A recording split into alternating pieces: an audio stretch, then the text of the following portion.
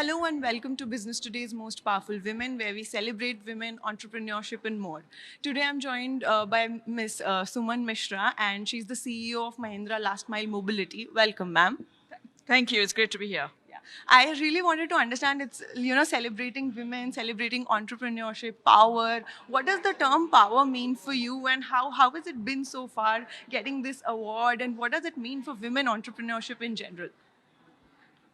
That's a lot of questions, but it's great to be here and see maybe a sisterhood of women, of very successful women who are successful in their own rights all together and really get energized and learn from each other. And I think power to me means a lot of responsibility to do the right thing and to do it consistently over and over again. There are still so very few women in manufacturing roles, core industries. What can we do to improve that ratio? I'll hold it.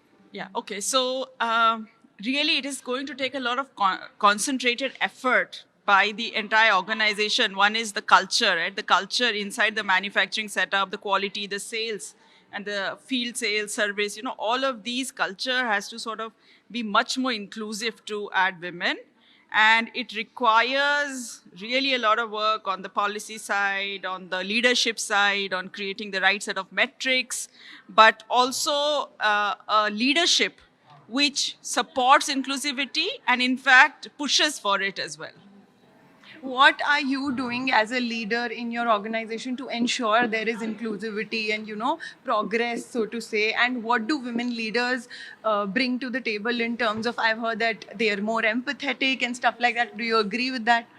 See, personally for me, since I've joined, I've doubled the number of women in my company. And it has been fairly simple, really, for me. I think I had to establish that, look, this is something that's a priority for all of us. And all the leaders in my team who perhaps this was not something that was top of mind, just made it top of mind and made it their personal purpose. And they're all men who made it their personal purpose to drive inclusivity. And today, even me, without asking, this is a focus that whenever we interview, we want to see women on the slate so that it's still meritocratic, right? We don't want to have reservations and quotas. We want to ensure that the women, the best person for the job comes through. But having women on the slate has helped us increase the percentage of women. And on this, I think, leadership, right, is a mix of sort of skills and experience. And both men and women can have that. But perhaps some of the things that are better ascribed to women, and I think everyone can have that, is really, one is collaboration. Sort of not seeing it as a zero-sum game. There is room for everybody to grow.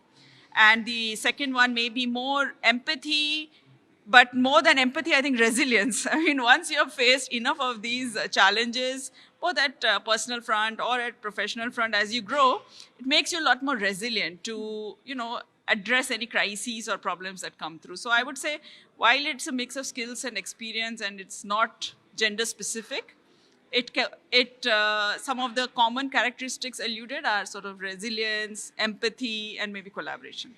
When you took charge, what were one of the first few changes that you did, and how, because there's a regime that is being followed and you sort of have to sort of take a fresh look at all of it. So what were some of the key points that you changed as you took charge? See, for me, fundamentally, it was about bringing about a performance culture because for the company, which was at a nascent stage, which was all okay because it was much more sort of experimental at that stage, to make it into a real scale business, we had to bring about a performance culture and a culture of transparency. So, and in a way, if you are performance oriented, if you're not hierarchical, you are transparent, meaning you're also inclusive, you talk about the good and the bad. All these traits also attract women as well. So while I didn't specifically try to increase the gender ratios or anything, but just pushing on performance orientation, transparency, putting the fish on the table, if you may, all of these were some of the initial efforts that I did to make the culture much more oriented towards, leading company. leave me with an optimistic note that things are getting better and things will. I know you're an optimistic person in general, but give me a statistic, give me a figure that shows that yes, things are getting better, and even in manufacturing, auto, and core male quote unquote industries, things are sort of looking up.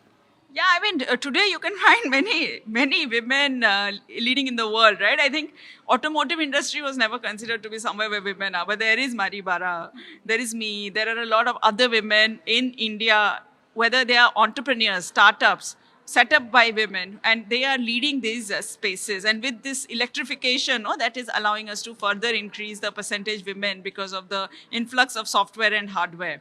So, what I have to say about all this is, once it's established that it is a priority and it is in everybody's radar, things will move. So that's why today, conclusively, both because of the investors, the ESG focused investors, but also by the India corporate world at large, it has been established that inclusivity is vital to gain the best talent. And when this has been established, you will just only see the numbers increasing. More power to electrifying women like you. Thank you so much for joining us. Thank you so much. Thanks.